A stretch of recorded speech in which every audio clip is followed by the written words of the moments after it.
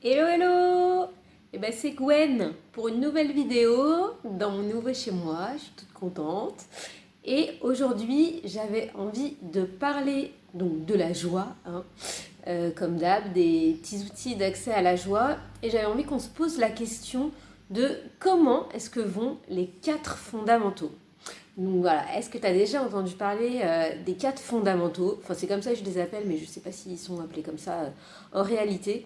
Je t'en parle depuis un souvenir en fait que j'ai d'une vidéo que j'ai regardée d'une femme qui s'appelle Irène Grosjean et qui est une naturopathe très connue et qui est d'un certain âge maintenant et qui prouve par son excellente santé à l'âge qu'elle a qu'en s'alimentant bien, et elle, en fait, elle vante les vertus du crudivorisme.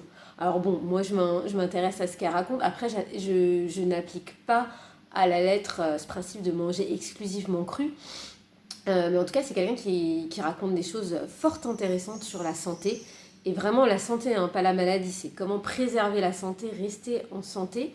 Et elle parle vraiment des 4 fondamentaux que vit un tout petit bébé en venant au monde.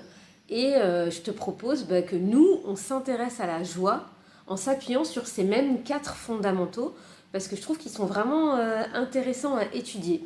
Et quels sont-ils, ces fameux 4 fantastiques? Un tout petit bébé, quand il vient au monde, la première chose qu'il fait, c'est il respire. Ensuite, il tète, il se nourrit, il évacue, hein, donc voilà, rototo, pipi, caca, voilà, on évacue, et il dort. Et justement, je me disais que c'était, ça m'est venu comme ça, que c'était vraiment les fondamentaux de toute une vie en fait. Alors au sens vraiment strict, bien sûr, quand on est bébé, mais au fur et à mesure, au sens strict et aussi au sens plus large et même métaphorique, c'est vraiment tout ce qu'on vit en fait. La respiration, c'est vraiment fondamental, et plus elle se calme, et mieux on va. Et puis il y a quelque chose qui est du rapport au rythme, il y a quelque chose qui est de l'ordre aussi du donner et du recevoir, enfin vraiment dans la respiration. Ensuite, au niveau de l'alimentation, alors bien sûr au sens propre, voilà, se chercher à manger, mais c'est comment est-ce qu'on se nourrit, et puis de se nourrir et d'alimentation, déjà se poser les questions sur le fondamental de l'alimentation, à savoir est-ce que je mange correctement, est-ce que je mange toujours la même chose. Faut pas s'étonner d'avoir un peu les mêmes pensées redondantes quand on mange toujours exactement la même chose. Est-ce que je mange des choses lourdes, difficiles à digérer? Est-ce que dans ce que je mange, il y a des nutriments, ou c'est uniquement des choses en boîte qui sont non périssables? Après, moi, je suis pas là pour donner des conseils de nutrition, hein. C'est juste se questionner et se demander, est-ce que ce qui circule est vivant? Parce que la joie, c'est quand même une énergie de vie, hein. L'enthousiasme, c'est un souffle divin. Et donc forcément, ça va avoir avec le souffle, ça va avoir avec ce qu'on reçoit, avec ce dont on se nourrit. Et au sens plus large, hein, pas uniquement la nourriture à manger, mais ce dont on se nourrit en termes d'information. Est-ce qu'on se nourrit de choses légères? Est-ce qu'on éprouve une certaine satisfaction à ressasser des choses qui sont désagréables, à relayer des informations scandaleuses? Parce qu'il faut que ça se sache. Et en effet, d'un point de vue intellectuel et intelligent, oui, ça peut être intéressant que certains scandales soient dévoilés, hein. On est en plein, de toute façon, dans une époque de révélation. Mais d'un autre côté, est-ce que ça fait du bien tout ça? Et donc la question à se poser, c'est quand je suis un peu moins que dans la joie, comment vont mes fondamentaux? Donc voilà, là on en a déjà abordé 2, à savoir la respiration et comment je me nourris. Et une autre question aussi que je trouve vraiment très importante et dont on parle vraiment très peu, c'est est-ce que j'évacue? Et alors, bien entendu, hein, au sens strict du terme, hein, je ne vais pas faire une vidéo scatologique, mais à un moment donné, quand déjà de base on retient tout, on n'évacue pas, on est dérangé du ventre, mais on garde tout, c'est une évidence, hein, que c'est pas forcément bon. Et puis quand ça part aussi de façon non volontaire, que ça gonfle, que c'est pas forcément bon non plus. Mais la question c'est aussi, est-ce que j'évacue? Est-ce que je peux me permettre de parler? Est-ce que j'ai des gens à qui me confier? Est-ce que je vis dans un entourage où quand je m'exprime on me rabaisse? Ou est-ce que je peux dire ce que je veux? Est-ce qu'on m'a forcé à garder des secrets? Et forcément ce genre de choses sont autant de poids, de bouchons qui vont vraiment maintenir ma joie un peu sous cloche. Et ça, forcément, à un moment donné, après, il y a tout un travail pour essayer d'aller mieux, mais rien que d'en prendre conscience, dans un premier temps, c'est vraiment intéressant. Donc, est-ce que j'évacue? Et puis comprendre aussi qu'il n'y a pas qu'en parlant qu'on peut évacuer. Moi, c'est vrai que ces dernières années, je me suis passionnée pour ça. Alors, ce qui est un monde, parce que moi, je parle, mais alors, sans problème. Je parle même plus qu'à mon tour. Mais voilà, il se trouve que dans mon entourage, j'ai des gens pour qui c'est pas forcément l'évidence, la communication verbale, et du coup je me suis énormément intéressée à comment est-ce qu'on pouvait évacuer sans parler. Et c'est en ça que voilà, je me suis intéressée à l'évo-pédagogie qui permet de résoudre les choses par le mouvement, qui est vraiment une traduction par le corps. On voit tout de suite là où ça coince, et en réajustant par le mouvement, on recrée de l'autoroute neuronale et psychiquement ça va beaucoup mieux et sans forcément avoir à se confier. Et puis pareil avec l'Access Bar qui permet de dissoudre la charge mentale. Pareil avec les fleurs de Bach qui permettent de réguler les émotions et du coup de se sentir mieux tout simplement. Et puis bien sûr, en dehors de tout ça, parler ça fait du bien, bien évidemment. Mais voilà, est-ce que j'ai la possibilité d'évacuer? Et puis le sommeil aussi au sens repos, est-ce que je dors bien tout simplement?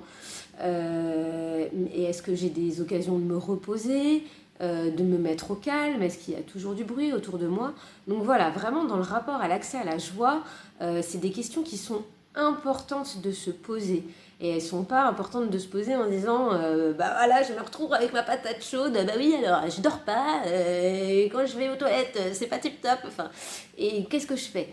Et l'idée c'est que voilà, ça va se décanter petit à petit, mais comme je disais, déjà d'en prendre conscience dans un premier temps c'est hyper important, et de se rendre compte que c'est normal que émotionnellement et psychiquement ça s'alourdisse quand on n'a pas les quatre fondamentaux. C'est comme une plante, à un moment donné, elle va pouvoir pousser sans de la terre, ça existe, les cultures hors sol, mais juste, c'est pas la même chose. Et ça demande toute une autre logistique, ça demande beaucoup plus d'autres choses.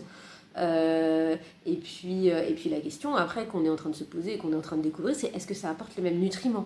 Est-ce que c'est aussi rempli à l'intérieur? Et comme la joie, c'est quelque chose qui nous remplit, on se rend bien compte, si on a vécu des moments un peu plus douloureux, un peu plus compliqués, qu'on peut tout à fait être vivant, on peut tout à fait tous les jours manger des choses qui nourrissent pas, on peut tout à fait très peu dormir, être là, mais être là sans être là, en fait, et que la vie soit vraiment uniquement dans le mode urgence. Et la question, c'est pas de s'en vouloir quand on le vit, parce qu'il y a des moments où c'est comme ça, c'est cyclique, et puis des fois on est confronté à des choses, à des deuils, à des agressions, la vie bouge autour de nous, et on reçoit, et puis on fait aussi un peu avec les cartes qu'on nous a données, mais la question c'est justement de se poser les questions, et de se dire où est-ce que je peux agir?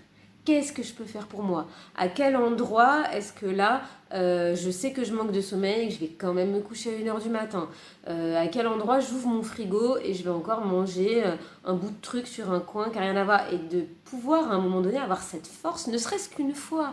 C'est pas tous les jours, c'est pas, moi je suis pas là pour inculquer des routines, des machins, mais ne serait-ce qu'une fois de se dire non, je me vois en train de faire, et là ce truc là je le repose et je mange autre chose à la place, ou même tiens je fais l'effort, je descends et je vais m'acheter un truc frais, ou là je pourrais encore finir de répondre à ce mail ou à ce machin, ou je pourrais rester devant cette série qui me détend, mais là j'appuie sur le bouton et je vais me coucher, et tant pis si je dors pas tout de suite, mais je vais m'offrir cet espace de vacuité, parce que c'est pas seulement un sommeil où on rêve ou quoi que ce soit, c'est à quel moment je m'offre des espaces de vacuité.